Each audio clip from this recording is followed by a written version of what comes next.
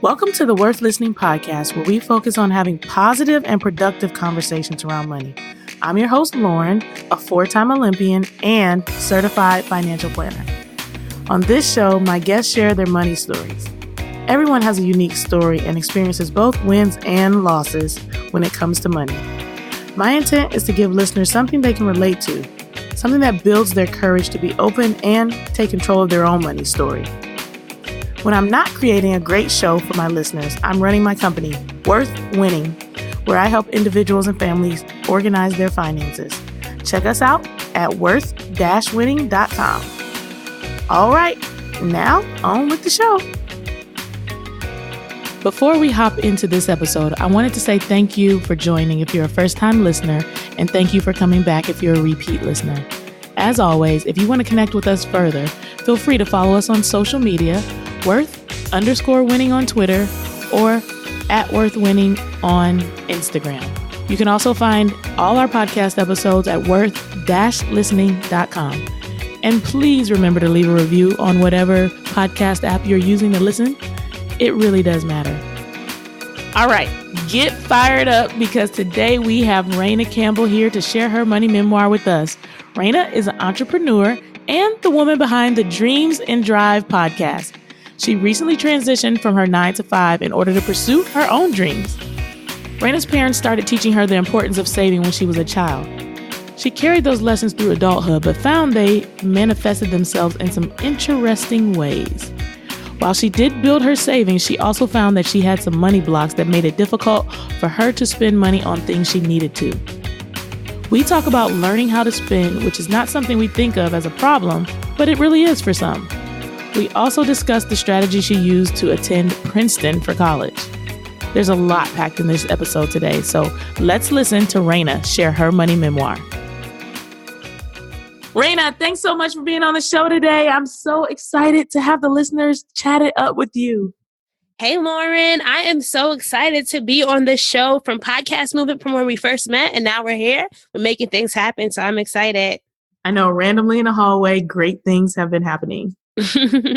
All right, let's start by just telling the audience a little bit about yourself. Where did you grow up? What is the first memory of money you had? Tell us a little bit about your childhood and where you're from. So I grew up, I like to call it an urban suburb. It's a small town in North New Jersey called Orange, New Jersey. And if you ever heard of Newark, New Jersey, it's a few miles away from Newark. So I grew up in Orange to Jamaican parents. And I say that because my parents, when you think of the stereotypical Caribbean parents, they were them. And so growing up, money was always like, you think of Jamaicans. I know the stereotype I always hear is Jamaicans have 20 jobs, right? So I definitely grew up in a household where I knew my parents were making things work. We were getting by, but it always seemed like they were always hustling. My dad was working as a mechanical engineer in New York City, but he also was a contractor. He also fixed people's boilers. He also could fix people's cars. Like, he was a jack of all trades. I think the first money memory that I have is being a young kid with my sister. So I have 2 sisters, but I only grew up with one of them. My oldest sister, Naima, in the house with me. And I remember that we both love cartoons, and Cartoon Network was not part of the basic cable package that we had in my Jamaican household, right? And I remember saying, hey, we want Cartoon Network. And they were like, well, can you pay for Cartoon Network? Right? And we were like, how much does Cartoon Network cost, right? Because you had to add it on to the cable package. And so basically my parents made a deal with us where we used to get a weekly allowance, or maybe it was monthly, I don't remember. But they were like, all right, if you want Cartoon Network, you can either give us part of your allowance and we'll add it to the package, or you'll have to wait to just watch it when you go to your grandma's house because grandma had Cartoon Network, right? So me and my sister, this was an easy debate. We were like, nope, we'll wait for grandma's house. We are not cutting into our allowance. So that was the first memory I had. My parents were very, very good on helping us realize what a dollar meant and what it meant if you wanted something, and really thinking about what are your wants versus your needs, especially as young children. I think that's a really great lesson too. Like you said, want versus need, where it's like, ooh, I really, really want this thing. But when you put it in perspective, like, do I want this thing more than the other things that I could do with this money if there's going to be money that I'm going to get for something. And how important is this to me? So prioritizing is really a key thing that you learn. Yeah, my parents, they were not for it. It's even funny because that even triggers another memory of my parents were like very sticklers when it came to how we spoke. You know, when you're younger and you say the past tense of words wrong? Growing up, I used to say brung instead of brought because, you know, you think of bring, so you thought the past tense would be brung. And so my parents, in order to get us to stop saying it, they'd have this little thing on our refrigerator where every time we said brung, we'd have to pay 25 cents. So it was like, girl, you got to get it right. It is not brung. So it was just like little things like that. And even my friends, if they came to my house and they said brung instead of brought, they'd have to pay my parents like a quarter. So. Wow. Even your friends. Yeah. These rules are applicable to everyone who steps across this threshold. Everyone, if you're age 10 or younger, you need to come supplied with quarters. So in thinking about that, what did they teach you about money? Was there conversations in the household aside from giving the money for that or purchasing for Cartoon Network? What did they talk about as it pertains to finances in the household, or what things did you see them doing, or how did they pay for things?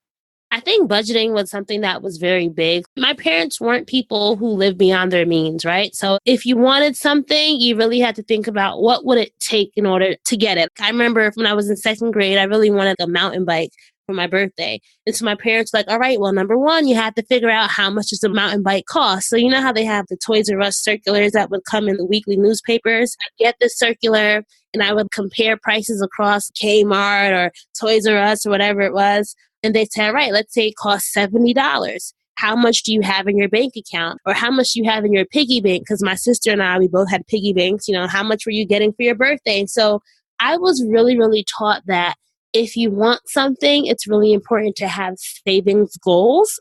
You cannot spend what you do not have. My parents were very big on not being in debt in order to get something that you want, right? Even if it took 5 months, they'd rather save 5 months than put something on their credit cards.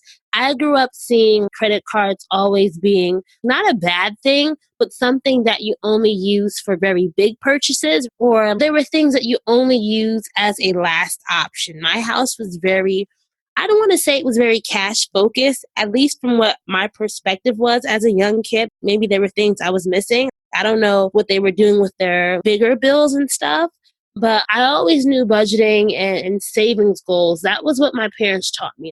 That was probably the core of what I saw growing up. Now, I do have questions because there's a lot of things that I really was wondering, like, how are they getting all this other stuff done? But they didn't discuss it with us. Gotcha. So that's like now looking back on it, and now that you're handling your own finances, you're like, wait. What were they doing back then?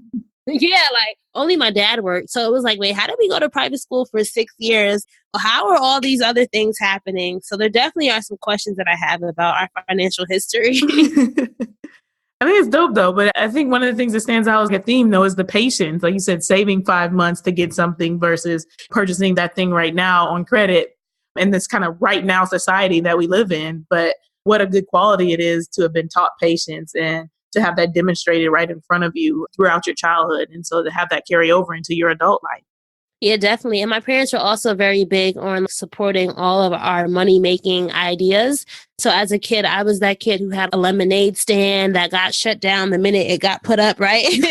They still let me try to set it up. They just didn't let me sell anything because it wasn't sanitary. But my mom used to support my bookmark making business and take me to Staples to get my bookmarks laminated. Like they really liked seeing us being creative with ways that we could build our own income because they always said, if you want it, I'm not buying it, right? So it was always this discovery on how can I buy it myself? That was probably the biggest thing growing up. Like, I got to figure out how I got to get this myself because my mom is not going to get it for me. Right. So then what ended up happening when you get to the adolescent years, high school where you're like 16. So you're old enough to be able to work and get a legal job sort of thing, but you're still in school. You're still under your parents' household. Did you get the car right at 16? I feel like I know the answer to that one already. Girl, you know what I did. I worked. I remember, I think I got my working papers in New Jersey. I want to say you can get your working papers around 14 or 15. So I think my first job was actually at my high school because it was a school that went from kindergarten to 12th grade. So I worked with the younger kids in the elementary school and their after school program. And I liked having my own money. So as soon as I was able to get a job, I got a job. I worked at the bowling alley for a few summers in high school. Yeah, I think those were my first jobs. The bowling alley was probably the one that I held the longest. It's funny because I didn't know, but I had a joint bank account with my mother. But the catch was I couldn't take anything out. I could only deposit into it. So that was something that I used to hate. But she always made me put a little bit of my paycheck in it, even if I wasn't putting everything. I was on the whole have my own money from adolescence because I liked how it felt. I liked my power to make decisions about how I was going to spend it. Because if it was mine, my parents couldn't tell me how to spend it. And they never tried to. Right. What age was that when you first had complete control over your money? That sounds like it was pretty young for you. Maybe like I wasn't doing anything with it when I was 14. I think it was just all just going into like the bank account. Maybe like 16. Like, when you start going to the mall, you start going to the movies, you start having fake boyfriends, all that stuff, right? Like maybe around 16 was when I really started realizing, wow, I have power. And I'm saying that in air quotes, right? Power.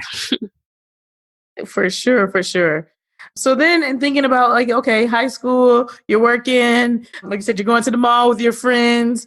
Where does the college education kind of part of this come into, or life after high school when you turn 18, you become an adult? What kind of conversations were being had about that, or what kind of plan did you have?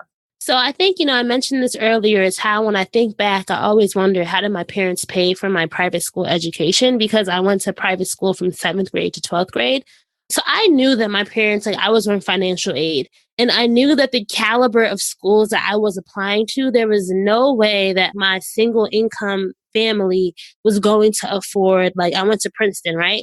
I was applying to all these Ivy League schools. I knew that they were not going to be able to afford $50,000 a year. So when looking for schools, one of the main criteria I had was I needed to go to an institution that had a good financial aid program. Because like I said before, my parents, even when it came to education, they made it clear to me that my college education was not going to be on them. They weren't going to incur any debt for me going to college. I knew it was kind of like any loans I would have to take out, I was going to have to pay them back. So I was very conscious about that. And that's one of the reasons why I attended Princeton. It was between Princeton or Columbia, and Princeton's financial aid package was the best. It was 100% need-based, no loans.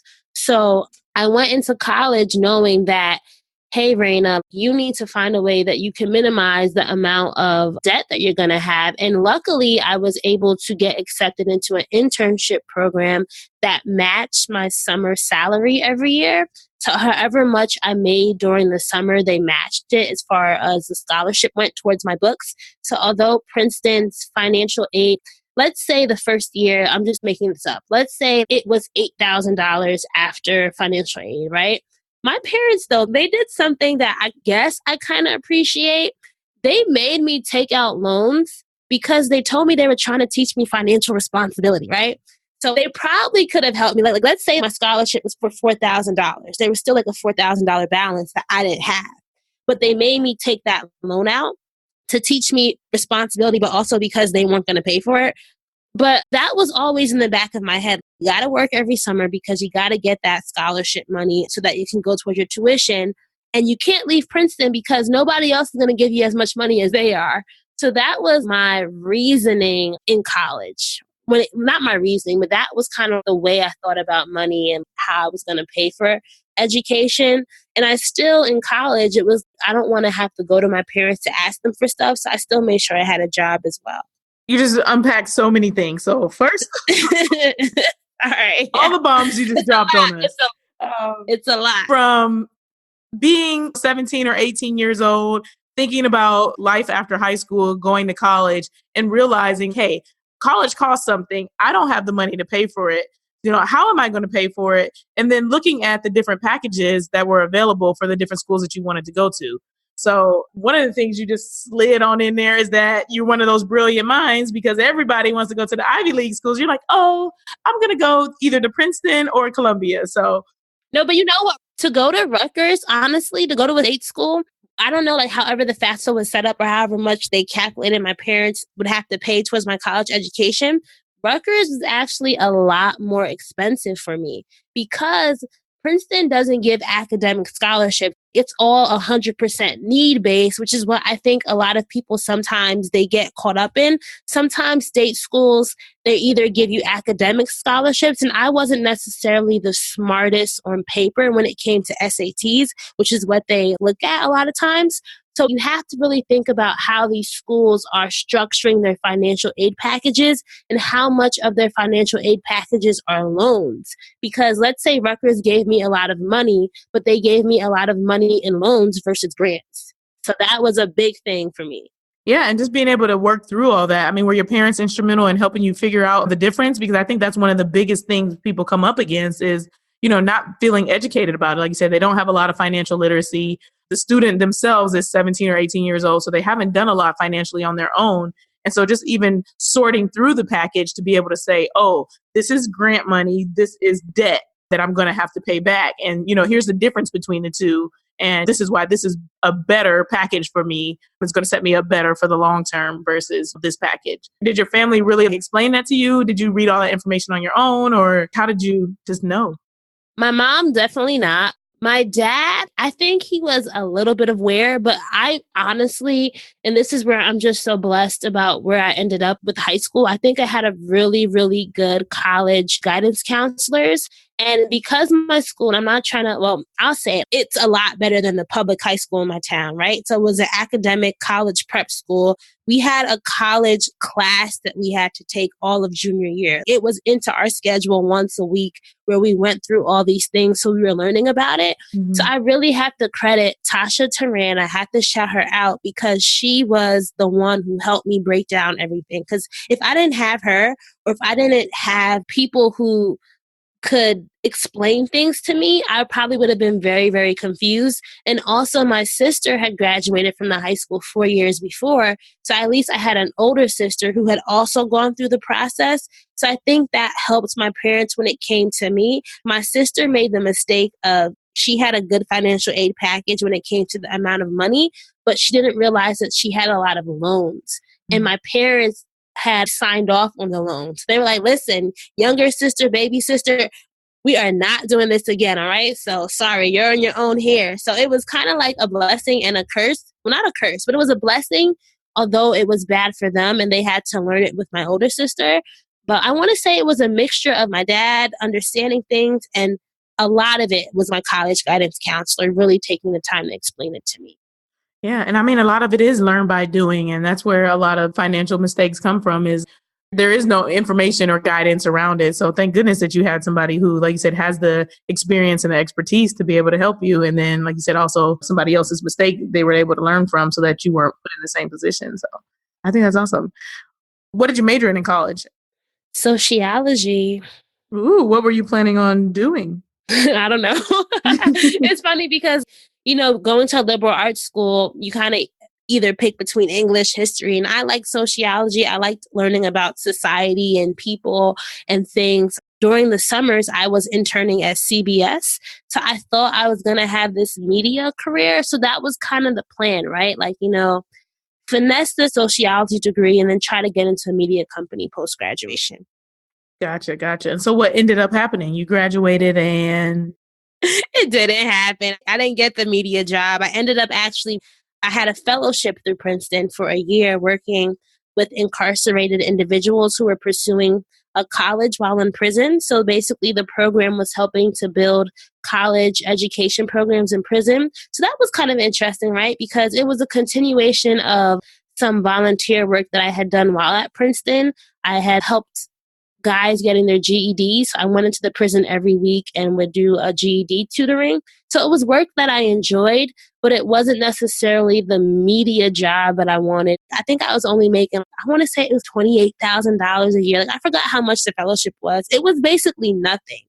And it was hard for me because a lot of my friends were graduating with these financial consulting jobs, making $100,000, living in these fancy apartments. And I was still living at home driving a 1999 Toyota Corolla, right? That had like 200,000 miles on it. So It was definitely an ego shock for me.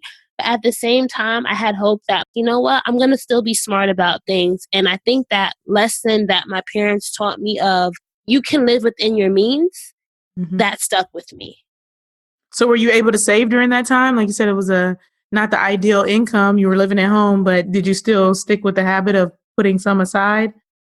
So as I said, my parents were very big on teaching me lessons, financial responsibility, like having me take out the loans while in college. They also made me pay rent. And I'm like, listen, I don't make that much. Why do I have to pay rent? But they're like, nope, you're living in our house. You have to pay rent now. You're an adult.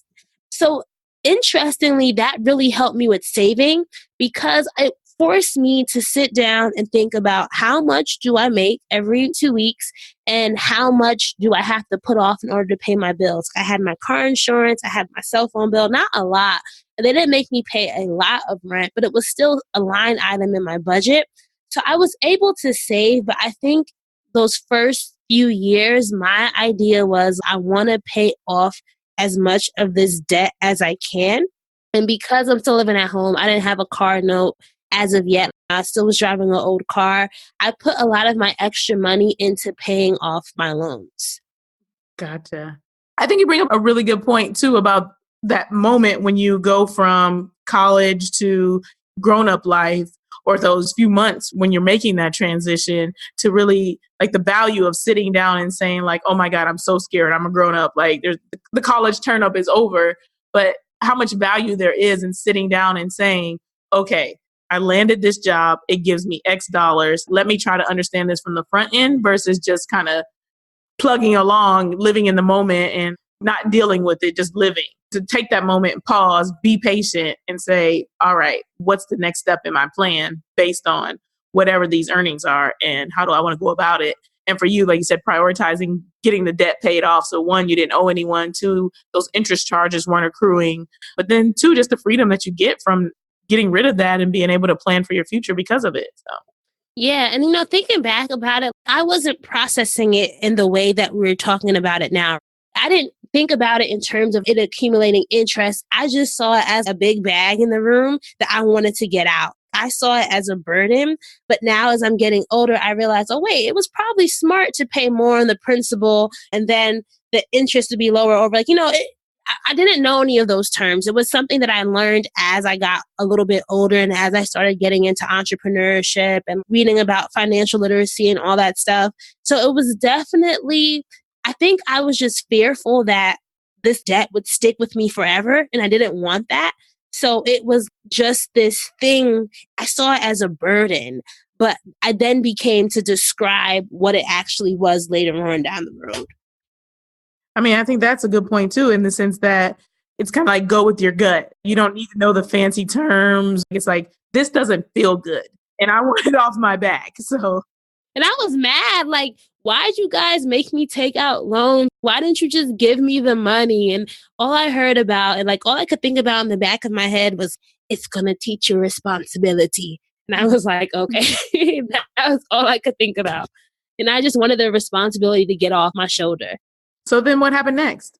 So when it comes to that, so I'm thinking that job was only a year. And after that, I didn't have a job for about a month. And this random occurrence happened. I ended up talking to this guy on a plane and he connected me with this woman who was looking for someone to work in her marketing department. So that's how I got my second job out of college. I was making more money and I still had this student loan debt. But I was still aggressively paying like $150 more than I needed to every month. So it was just the plan of, all right, get this out of the way as fast as possible. Any extra money, I always, whenever I got my paycheck, I would always pay myself first. I forgot where I read that. I think it was just something that I read when I graduated. It said always pay your savings account first. So that was the one rule that I did not stray from. I'm a person of habit, and I just made it my habit to always put away a certain percentage of however much I made into my savings and never look at it. I saw my checkings and my savings as checkings being what you play with, savings be what you look at. And you just never touch it unless you really need it, unless it's a dire emergency. So the next few years was just really about paying off the student loan debt.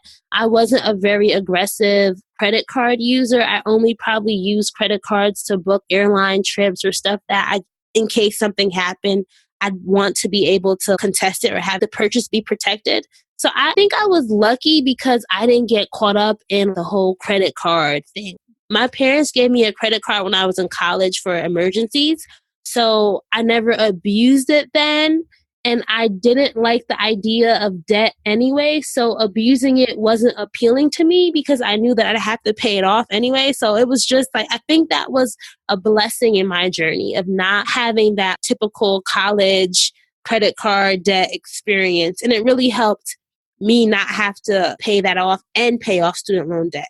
And it also helped me because I eventually got a car, which was the next piece of big debt that I had in my name. Yeah, I think it's really cool too that you knew that a credit card was debt. Whereas a lot of people are in college, they don't get it. You know, the debit card and the credit card look the same, and the credit card kind of comes out of nowhere. And, you know, thank goodness there's a lot more rules that kind of safe ways to prevent college students from getting credit cards. But we know that it still happens and that they aren't clear about how credit cards work. So to even have that knowledge so that you're able to avoid it was something really cool. Thinking about it now, I think my parents have low-key fear-based parenting tactics because I grew up hearing stories about credit cards. Like, I don't know if they may have had really bad experiences when they were younger and they just didn't want us to have it, but they always made it seem like credit cards were the worst things ever. And my grandmother, she was very old school. And they used to always tell the story of how my grandma didn't even have a credit card. And she would buy her entire furniture set in cash. And my parents were very big on, if you can't afford it, you don't need it, right? I know that not everyone is privileged to have that type of learning, but it was just something that I think just became part of my personality is fancy stuff. It didn't appeal to me. Like, I like the chasing of a bargain. I like clearance versus things full price. So that was just my growing up. We were Lord and Taylor clearance center babies. We still had nice clothes, but we got it at the clearance center. Okay, so now you're an entrepreneur. Have any of those skills transferred over to the way that you're running your business and the way that you're organizing yourself personally in addition to your business finances? So I think the biggest thing for me as an entrepreneur now, it's kind of the opposite of savings, right? Because I think as you grow, it takes money to make money and it's scare money, don't make no money. I think there's a song about it or whatever. But the biggest thing is, all right, Rana, there are things that you're going to have to spend on. And, entrepreneurship is also about investing and it's also about taking risk. And what kind of risk are you willing to take in order to see your business and your dream grow? And it's been really, really difficult for me because in the beginning, especially when you're launching a business, you're going to have to go into your savings, especially if you don't have family investors, if you don't have capital in the beginning to start with. For me, it was like, you've been saving for all these years, use it for something. And just even initially launching my LLC, like you have to have an initial amount in your checking account or whatever it is. It was difficult for me to transfer that money because I'm like, oh my gosh, I'm taking from my savings, but I had to see it as an investment and a risk. So one of the biggest things now for me with building Dreams and Drive is making sure, number one, that I have a budget, right? So knowing what my month-to-month operational costs are, what are those line items that are not changing, but also what are the things that I should be investing in that in the long term will reap me more revenue, more profit, more income. That's what I'm really struggling with now, Lauren. It's hard. Do I hire someone to do this? Should I do it all by myself? And in my head, it's yes, but you can't do it all by yourself. And it doesn't make sense if you truly want to grow to try to do everything. And the biggest thing is if you're an entrepreneur and you're working with entrepreneurs, people deserve to get paid, right? So you need to pay people because you want them to pay you. So that's been the biggest thing that I've been working through. You can't try to get everything for free and then get mad when people ask you to do things for free. And it's a really hard balance. That's definitely one of the things that I struggle with is, you're trying to make $1 out of 15 cents all the time. Is how can I stretch this? How can I negotiate? How can I? And you're dealing with usually a bunch of other entrepreneurs. So you always have to think about what's on the other side of that. You don't want to pay a ridiculous price or overpay, et cetera. But what's fair on the other end? Because somebody else has to earn an income and to be considerate of that. Because sometimes we get so caught up in the save myself $1, save myself $1, save myself $1 that we devalue someone else or we end up with some really crappy work because we won't invest. We're on Fiverr all the time versus paying someone who went to school for graphic design or whatever. And, there's value in what others are doing. And also money is going from one pocket to the other to the next. And there's this natural flow that should be happening. And we should all be sharing in a way that we can all thrive if we have the right mindset about the way that we spend. Definitely. And I feel like it also helps stimulate the economy, especially the small business economy, right? Because if I see you paying Ashley for your dry cleaning, right? I'm not going to go and try to ask Ashley to do the dry cleaning for free because I already know that others are investing in her. And I think it's going to be just weird if I try to nickel and dime her. So I feel like it sets a good example within your own circle, within the entrepreneurial circle as well. And it also helps Ashley, the dry cleaner, feel valued. Because sometimes when you don't feel like you're getting any business, you think you have to give it away for free in order to get some action. And it's like, nope, you don't have to do that. Amen. You are preaching over here for real. And I think another thing you brought up too is just this idea, like you said, you were such a kind of extreme saver growing up. It's always been ingrained in you, save, save, save, to the point where there was this lock and key on your savings and you needed it, but you had a big mental struggle on like, oh my God, if I'm using money for my savings, this is bad. But you really did need it to invest in your business. And it's better than, like you said, taking out debt to run your business or having someone else invest in your business and then having to, pay a portion to them. And I think a lot of times the extreme saver is one of the people that a lot of people don't talk about, although it's a very common thing. We hear frequently about people who spend too much money and, the derogatory comments around people who don't know how to save.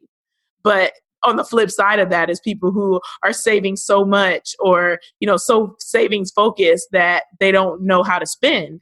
And that's a real thing. And it's a real thing that mentally people need to overcome and just deal with. So can you talk a little bit about how do you figure out when to start spending and what are you doing now to be able to give your savings a job versus just save, save, save, save all the time? Yeah, I was living like I was broke because I told myself that's the only way that I was going to survive, right? I was so scared that I would become this credit card fanatic and just be, in mountains of debt that I didn't realize, as you said, I was living in a prison. I was really denying myself. Thinking about it now, I kind of get upset. Even in college, my friends would be like, hey, for spring break, let's go to the Bahamas. And I'm like, I can't afford it.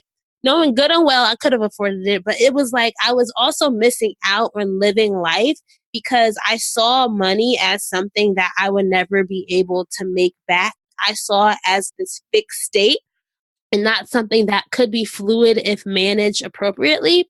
So for me, I think it really came, I want to say maybe like year 3 after college is when I'm like, yo, I'm getting older. There are things that I want to do. I want to go to Mexico with my cousin in 10 days advance notice. I don't want to have to book a trip 5 months in advance just to get the cheapest price, So it was just this inner thing in me where I had to really say to myself, why are you really doing it?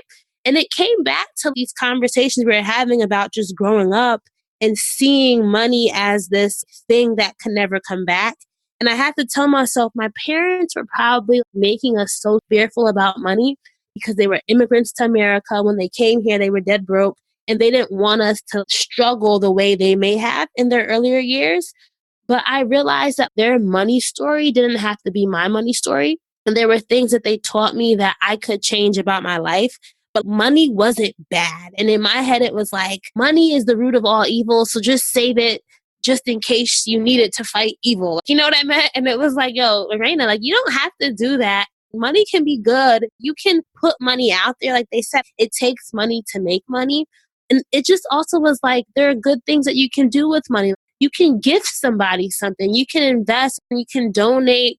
You can live your life. And I think for so long, I had been like, I went to Princeton, got good grades, tried to get a good job. And it was like, I wasn't living for Rana. And we were talking about this before we started the interview, but I didn't have to get the 2 for $20 meal at Applebee's. Like I could get the entree if I wanted it, right? And that's where I started seeing, I think before I talked about money as power, but I saw money as freedom.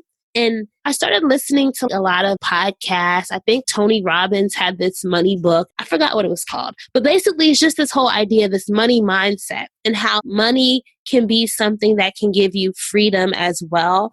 And I just said, hey, you can be smart about it and you can still save, but you don't have to keep your savings under lock and key in a safe with a code and a guard dog. You just need a password, right? It doesn't have to be that deep.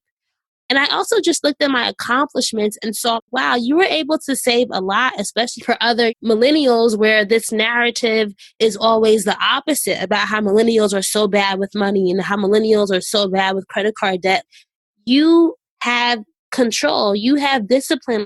Say that about yourself, embrace it, and enjoy your life, girl, but don't enjoy it too much where, you really are broke. So that was my whole reasoning. And, I felt a lot freer and I felt a lot happier when I saw the flexibility and realized I think our relationship to money is about choice and what we choose to do with it.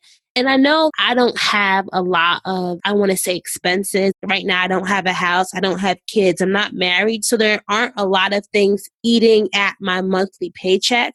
But at the same time, I can still be smart about it. And I don't have to feel bad that that's not my situation. But I just really had to change my relationship with how I viewed money. I think one of the big things that stands out is this idea of our childhood and our experiences in childhood and how they manifest themselves in our adult life. And so, we started the podcast by you talking a lot about all the different good habits that were instilled in you because of the financial principles that your parents had. But it sounds like now we're recognizing too that even though it created a lot of good habits, it also created some blocks, and the idea of what you saw around you and the fear that it created because of some of the mindset that they have is like it worked in your favor for the most part, but in some areas it didn't, to the point where you felt like you were in prison and you had to have this mindset shift.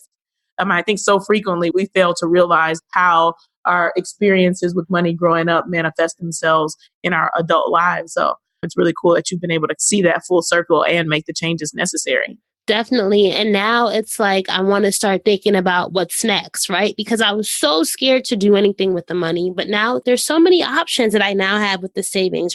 What are the other type of investing opportunities that I can look into? What other types of bank accounts? Maybe I wasn't even making as much money as I could have because I wasn't really putting my money in the right type of account. So now I'm on a journey to really understanding how can I make my money grow and how can I be smarter about the risk and the investments that I'm making?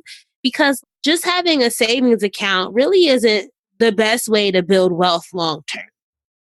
Yeah, being a good saver is different than being a good wealth builder, exactly like you said. And would you say that's one of the mistakes that you made financially? Like you said, you got a lot of good habits in place, but maybe not investing or not making that money work for you earlier on, or? Most definitely. I feel like all I have to my name is a savings account. I mean, I have different business revenue streams, but thinking about maybe I could have invested in real estate. Maybe I could have had a portfolio of some sort. So I really feel like because I was so caught up in just savings, I wasn't open to the different things that I could have been doing with my money.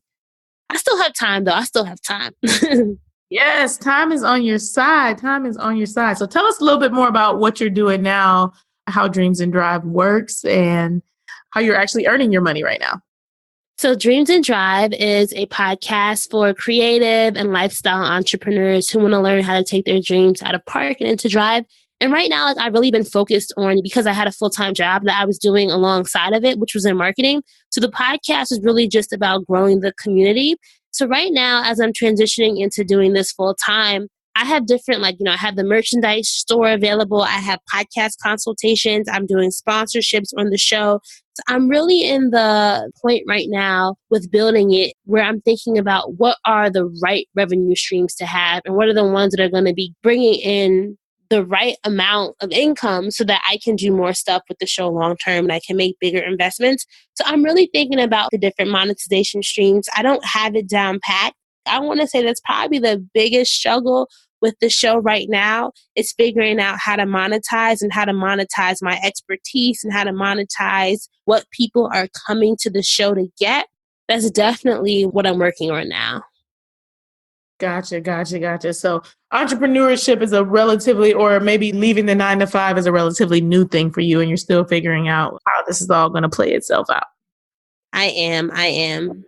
Cool. All right. So now we've reached the area that I like to call the final sprint. I'm going to throw some rapid fire questions at you, and you just throw some kind of rapid fire answers back at me. All right. Well, can we pause 1 second? And can we just say, I just have to say, when I was in high school, I think I told you this in person, I was the biggest track head ever, right? I wanted to be the fastest ever, and I just wasn't fast. I was the team captain. I got the Spirit Award, but I never, I just never was the fastest. So this is just coming full circle that I'm talking to a former Olympian. I'm just like, well, at least I get to experience track in other ways of my life now. So, sorry. Okay. Final sprint. Yeah, I would have lost in real life. I mean, this is your real time to shine. This is your time to be fast. Show us your stuff. All right. I got this. Endurance at the end, right? That last 100. I got this. Okay, you got $20 in your pocket right now. What do you spend it on? Ooh, anything? I probably would go to the grocery store. And right now, I'm really big into healthy eating. So I'd probably spend it on maybe a piece of salmon and some quinoa and some vegetables and then splurge on some ice cream. So maybe food. Girl, you must be shopping at the Aldi because you're going to get all of that for $20? Well, you get the already pre-cut piece of salmon. So it's like one piece of salmon. Yeah, it's like one piece. Okay. Hardest thing about entrepreneurship? I think it's motivating yourself day in and day out. It's really hard when you don't know what the end looks like. With the 9 to 5, you'll get a paycheck every 2 weeks if you show up. But with entrepreneurship, you don't know what you'll get out. You might put in your best work for 2 weeks straight and you see nothing. So it's having that faith to keep going even when you don't know what's coming next. I like it. Yeah. The roller coaster that is entrepreneurship. Definitely. With a blindfolded roller coaster ride. Yes. You don't even know if you're up or down. You just know you're in the air. What's the worst advice you've ever received? I know I probably said, that was some bad advice. I'm trying to remember. Oh my gosh. I probably received a lot of bad advice. You know what? It's a funny story. My sister, when I was younger, she told me to sit basically the back of a chair was to the front of a step. So she told me to sit in the chair with my back facing the steps. And I was younger. She's like, this is the best way to put on your shoes, right? Right by the steps, a chair right by the top of the steps. So I sat in the chair and I leaned back to put on my sneakers and I fell down my front steps. So I'm like, listen, I can't trust you, sister. She got in a lot of trouble. So always double check, right? Make sure that it's safe before you put your foot down or whatever it is. So that was definitely an early lesson I learned. Yeah, for sure. What about the best advice you've ever received? It's funny because I just had an interview with someone on my own podcast and we were talking about don't covet other people's lives. No one's life is perfect. And I think sometimes on this road to success, we might be like, oh, Lauren, she seems like she has it all together, but you don't really know what your story is, right? And I can't make my life decisions based upon your success story. So I think it's really stay focused and remember that, each of our journeys are different and it's okay. Our timelines are going to be different, but you can't covet other people's lives because you don't know what their journeys truly look like. Amen to that. Thou shalt not covet other people's lives. And it's hard, especially being on the social media world where everyone's displaying something. It's really hard. Yeah, it all looks like rainbows and unicorns, and it is not. Definitely. All right, finish this sentence. That awkward financial moment when? I was recently in Los Angeles and I was in a 7-Eleven and I was trying to buy a bottle of water and I realized I didn't have my wallet. And it was that moment where I think it only cost $1.50. And I felt so ashamed. I didn't even have 25 cents to my name. I had nothing. And the look the cashier gave me was like, really? Nothing? And she gave me the water for free. But I felt so bad because I'm like, oh my gosh, she must think that I'm trying to scam her. She must be like, look at this broke girl. So it was just this moment where it was awkward for me because I've never felt like that. I've been in that situation before, but for some reason, the look she gave me was just like, it was a very awkward look. And I just felt so many types of ways. But, I'm like, you know what? Things happen. And I knew that it wasn't me trying to scam her. Did you feel like you need to prove a point and go back and bring her the dollar? Like, hey, I got some money, just so you know, I don't need your charity. It's funny. When I got to the car, I opened the car door like, where's my wallet? Knowing good and well that I probably left it at the house. But I just had to put on a little show just so she didn't feel like I was trying to scam her. All right. Last but not least, can you share with us one thing that you would like to improve about your personal finances in the upcoming year? Definitely what we discussed earlier is I definitely want to get into more investing and just figuring out what are different ways that I can take risk in order to grow my money portfolio. I've shied away from it because it hasn't really been part of my journey to date, but I want to step outside of my comfort zone and at least learn about the different options out there and not be so scared to take risks because, as they said, I'll say it again, scared money don't make money. So you have to be willing to invest in yourself. And if I want other people to put their dreams in drive, I have to be willing to invest in putting my own in drive as well. Yes, I love it. I love it. I love it. We got to practice what we preach. That is for sure. Mm-hmm. All right. We have made it to the finish line. You have won the race. Finally. Yes, girl. You are a good sprinter. You are standing on a podium. Go ahead and shout yourself out. Tell us how we can support you, where we can find you. This is your time to shine. So definitely thank you for helping me win my first gold medal. I'm smiling over here. If you want to listen, I really encourage you guys all to go and check out an episode of Dreams and Drive. You can go to dreamsanddrive.com or you can find us on social. We are Dreams and Drive across the board on Facebook, Twitter, and Instagram.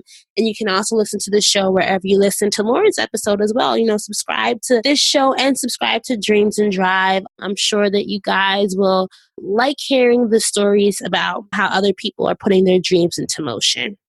Yes, I love it. Subscribe everywhere. Write us some reviews, all of that. Right. Rana, it was so great having you on the show. Thanks so much. Thanks, Lauren. I hope you enjoyed listening to Rana's money memoir. She gave us an interesting perspective on the other side of saving money. While it's important to make sure that savings are a part of your budget, it's also important to know the difference between hoarding cash and building with a purpose. Rana admitted she could have been in an even better financial position at this point in her life if she had put her money to work instead of just having it all saved up. She also shared a really important lesson for anyone that is in college or getting ready to head to college.